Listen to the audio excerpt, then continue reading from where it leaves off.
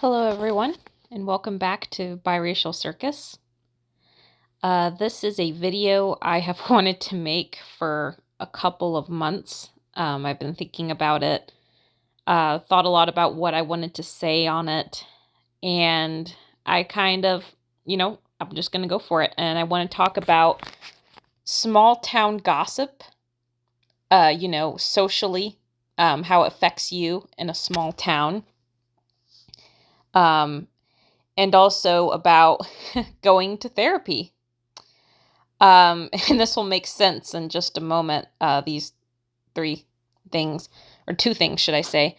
Starting with living in a small town. I live in an extremely, extremely, extremely small town. It is a town of just less than 500 people. That's all I'll say.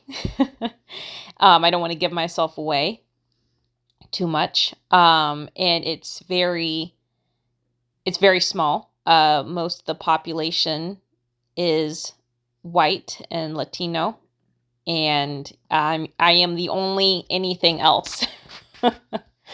Just saying. So, when I go out and about, or when I go to the smaller towns that surround us that are bigger, but, we call them the big city, but really they're other people's small towns. I know people, they see me, they can pick me out faster. They know exactly where I am. They know for a doubt that they've seen me. I could be pumping gas 5 city blocks away and someone will know it was me just because they see my hair.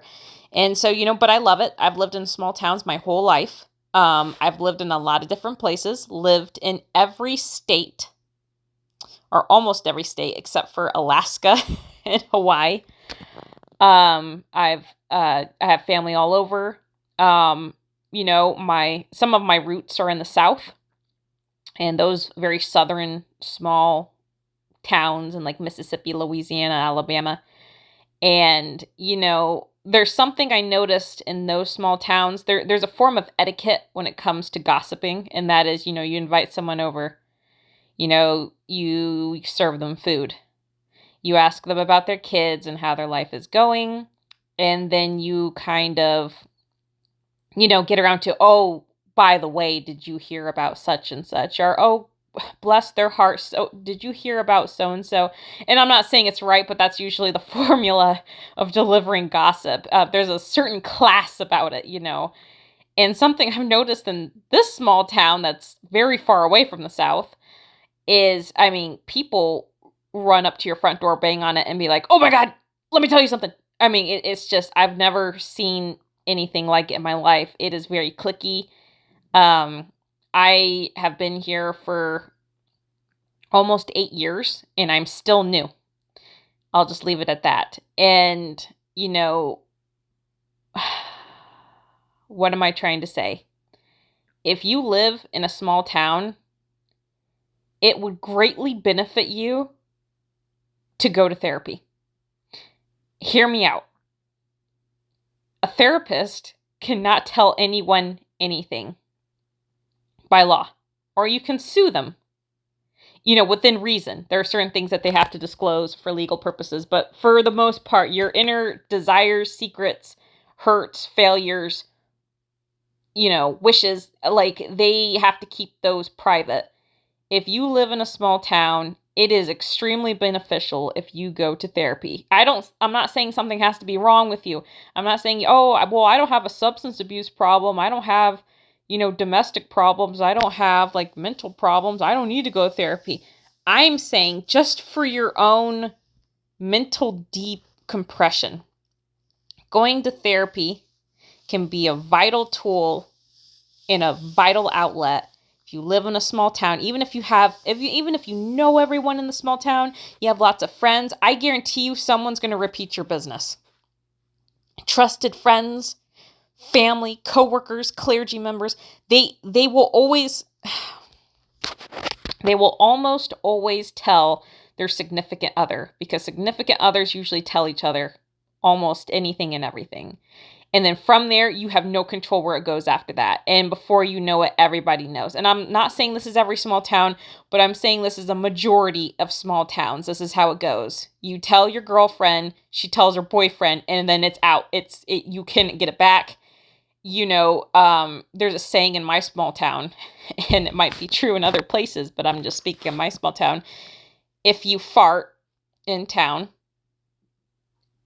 by the time it gets back around to you in 2 weeks, you've shit your pants. I always tell people who don't live here, I give them my green jelly bean analogy. I say, if you go and tell someone, I like green jelly beans, within a week, someone's gonna walk up to you and say, hey, I heard you robbed the gas station of all their green jelly beans and punched someone on your way out. I mean, that's just how it goes. People could be like, well, just move. Just live in a different small town. It's like that everywhere. It just is what it is. But that's bringing me to going back to, if you go to therapy or a life coach, or even some psychics.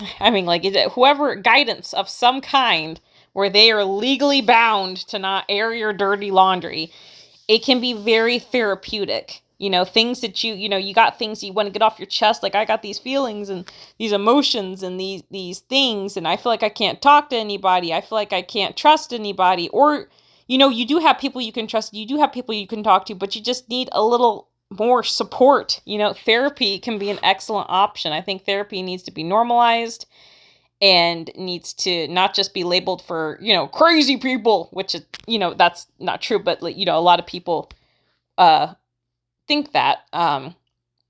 But, you having a therapist, a life coach, a hypnotist, a psychic, just a guidance counselor, having someone, where there's some form of, where they have to be discreet, can definitely help. And maybe you're already getting that, which I hope you are. Maybe you have already found a trusted clergy member that's not going to, air your dirty laundry. Maybe you already have a therapist. Maybe you have a best friend and you two are the bestest of buds and you would never, ever, ever, and you guys take each other's secrets and desires and feelings and fears to the grave. And I hope that's what you have already. I hope that's what you are already getting.